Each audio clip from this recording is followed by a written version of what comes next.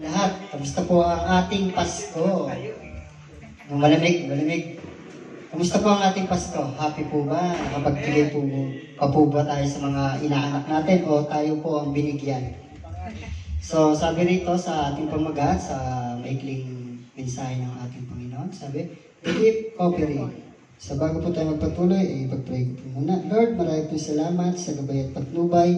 Naway ang iyong salita lamang, Panginoon. Ang patuloy na manguna, Panginoon, sa pulpitong ito, Panginoon. Gamitin mo lang mga Panginoon, bilang instrumento, Panginoon, ng iyong kaluwalhatian dito, Panginoon, na matutunan, Panginoon, ng mga bagay na binahagi mo, Panginoon, at tinuturo sa amin, sa akin.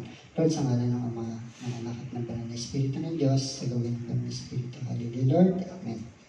Sabi rin sa pamagat ay the gift offering. So, sa ating pong buhay, yan po ba yung napakagandang regalong na ibigay na natin sa ating mga pamilya, sa ating mga kaibigan, sa ating mga kapatid? Meron po ba? Meron, no? Meron po sa atin. Marami tayong naibigay. O lalo pag Pasko, matik yan. Magbibigay, no? O sabi nga, pagmamahal, the best yun, no? Gabi yun para sa Panginoon.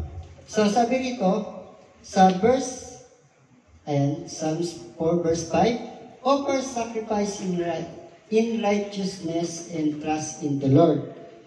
So sabi, maghandog tayo ng matuwid para sa Panginoon at may pagtitiwala. So sabi dito sa Matthew, ayan. So basahin ko po muna so Pasko, no? Tapos na yung Pasko pero may babasahin pa ako. Basahin ko lang sa Tagalog. Sabi dito, Matthew 2 verse 11, at nagsipasok sila sa bahay at nakita nila ang sanggol na kasama ang kanyang inang si Maria.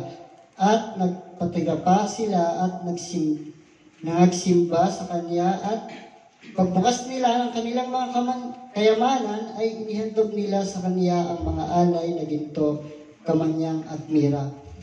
So ito po ay paghandog sa ating Panginoong Hesus nung siya po ay isinilang. So tapos na yung Pasko, pero bakit ito pa yung niyahayag ng Panginoon sa atin? Ito po ay napakalaking bagay na ginawa sa atin ng Panginoon. So ito po ay pagpapakita ng Diyos ng tunay na kahalagahan ng paghahandog. So dito po ay may tatlong pantas, hindi po hari, no? Wala pong binanggit na hari doon. Ang binanggit po doon ay magoy, kumbaga mga magagaling sa mga bituin, sa mga pag-aaral ng mga magoy po. So naghandog po sila. Ang handog po nila ay ginto, kamanyang, at mira. Yan po ang kanilang mga handog sa ating Panginoong Hesus. So tayo po, kapag Pasko, namamasko po ba tayo? Siyempre, nung bata, namamasko po. Nung tumanda na tayo na po yung nagbibigay. So, baliktad po rito, no? Nung bata po ang Panginoon, siya po yung binigyan. So, sa ating pong buhay, ano na po ba yung naibigay natin sa ating Panginoon? Marami na po ba? So, sa mga bagong nananampalataya, sa mga lumang nananampalataya, ay para sa Panginoon, ay parehas lang yung paghahandog na ibinibigay mo para sa Kanya. Ano po? Mas nagiging the best to kung nakikita niya yung puso mo na tapat at sumusunod sa Kanya. Yan po yung bagay na gusto ng Panginoon sa atin. Lagi po natin tandaan na ang paghahandog sa Panginoon ay dapat nasa puso, tapat. May pagsunod at walang pagdududa. So, yung ginto po, yan po ay nagre-represent bilang status of Jesus Christ. Siya po ay nagre-represent bilang King. Sa atin po, noon siguro, inisip natin yung ginto, yung po ay kayamanang mahalaga, pinakamahalaga. Pero po sa ating mananampalataya, ito po ay isang king. No? Siya po ay nagre-represent ng king. So yung kamanyang naman po, ay nagre-represent po siya ng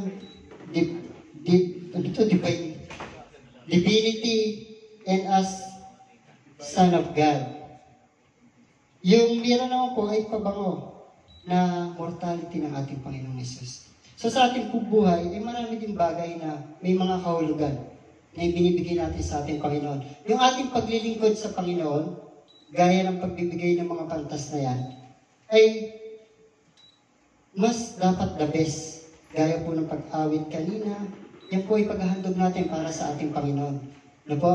So, dapat po, hindi lang tayo lagi yung binibigyan. Ang pinapakita po rito ay dapat tayo yung laging nagbibigay sa Panginoon. So, ano po ba yung bagay na dapat mas maibigay natin sa Panginoon? Ibigay natin yung the best. No? Yung the best. Mag-pray ka sa Panginoon tuwing umaga hanggang gabi.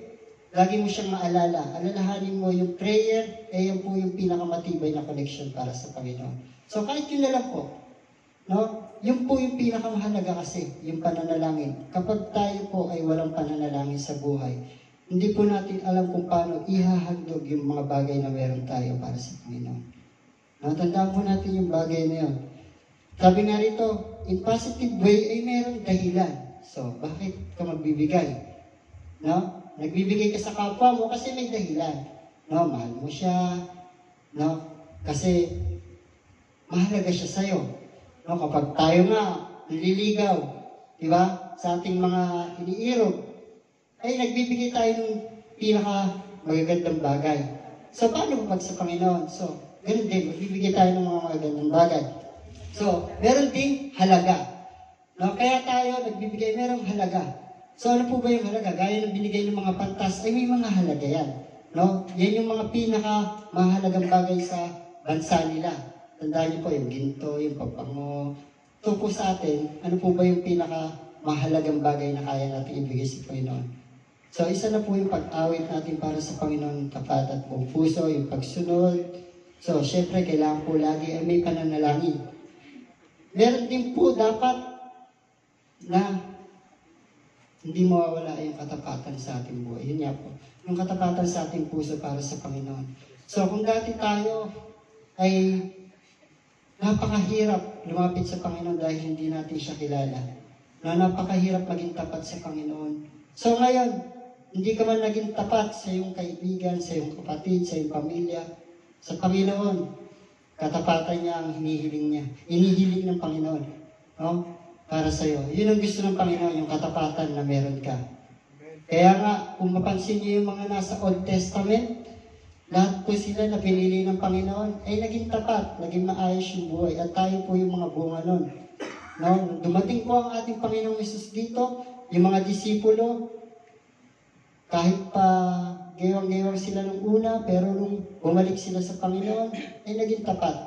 So nagpatuloy. Si Paul, si Peter, si John, lahat po sila ay naging tapat sa Panginoon. So generation na po tayo. So ang hinihiling po ng Panginoon ay yung katapatan ng bawat isa sa atin. So, tapat ba tayo magsimba tuwing Friday? Sabihin nga natin sa sarili natin, oo naman. Oo naman. Amen. Dapat po ganun, no? Dapat na magsisimba tayo, hindi yung nag-aalibay tayo minsan eh. Yun na nga lang yung maibibigay natin sa Panginoon, no? Matatapos na yung taon eh. Sabi nga, ay namimiss ka na namin lagi rito sa simbahan. Kaya dapat, no? Hindi lang kami, syempre yung Panginoong Hesus, lagi siya naghihintay sa iyo rito. Hinihintay niya yung pagtawag mo, yung panalangin mo. Sabi rito ulit, sabi nga, sa Psalm 4, verse 5, yan, pabalik sabi rito, mga gandog kayo ng mga hain ng katwiran at ilagak niyo ang inyong tiwala sa Panginoon. So, ganun po, maghahandog po tayo lagi ng mga bagay na may katotohanan, katwiran para sa Panginoon. Gawin natin yung the best para sa Panginoon. Yun lang po yung gusto niya para sa atin. Ayaw na po ng Panginoon na lagi natin iisipin yung mga problema natin pagsubok. Wala na po yun eh. Sa Kanya po, hindi niya po tinitingnan yung bagay na yun. Tayo lang po ang tumitingin noon. Tandaan niyo po, namatay ang Panginoon para tayo ay maging mapayapa dahil mahal niya tayo. Hindi po siya namatay no, dahil nakikita niya yung mga pag-iisip natin na nalulungkot tayo. Yung kasalanan natin, binayaran na po ng Panginoong Hesus yun. So wala na pong nakikita ang Panginoon sa atin ng mga sakit, kundi kagalingan na po ang meron sa atin. Lagi po yan pinapakita ng Panginoon. Sabi nito 2 Corinthians 9 verse 7, sabi nito, magbigay ang bawat isa ayon sa ipinasya ng kanyang puso. Huwag mabigat sa loob o dahil sa kailangan, sapagkat iniibig ng Diyos ang nagbibigay ng masaya. So lagi po itong pinabanggit sa offering. Hindi lang po ito pera, no? Hindi lang po ito yung physical na pagbibigay para sa Panginoon. Ang sinasabi po sa verse na ito ay kundi yung pagbibigay na galing sa atin ng mga bagay na para sa Panginoon. Ano ba yun? No? Makinig ka dyan. Dapat makinig po tayo ng salita ng Diyos. Magbasa ka ng Biblia. So, mag-pray ka lagi. Lagi po pinapanggit na mag-pray kasi yun po yung connection natin sa Panginoon. So, huwag tayong mahihiya. Nabigay ang para sa Panginoon, yung sapat na rarapat. Sabi rito, lagi natin ipapanalangin yung mga bagay na ibibigay natin sa Panginoon at yung tinatanggap natin ay magpasalamat din natin para sa Panginoon. So, yung mga bagay na ibinigay ng mga pantas, lagi po natin tatandaan na ito po ay mga espesyal na bagay. So tayo po, espesyal po tayo sa Panginoon. Lagi po natin tandaan yan. Kaya nga po siya nagbayad ng ating mga kasalanan eh. Sabi dito, lagi tayong manalangin. Powerful prayer. Ang tao pong nananampalataya at may katapatan sa puso, naniniwala sa Panginoon, ang kapangyarihan po ng panalangin niya ay napakalakas. Tandaan po natin yan. Kung mapansin niyo po, siguro naranasan niyo nakakita sa media, social media, o kahit sa personal. No, may nagpipray po para sa kagalingan ng isang tao.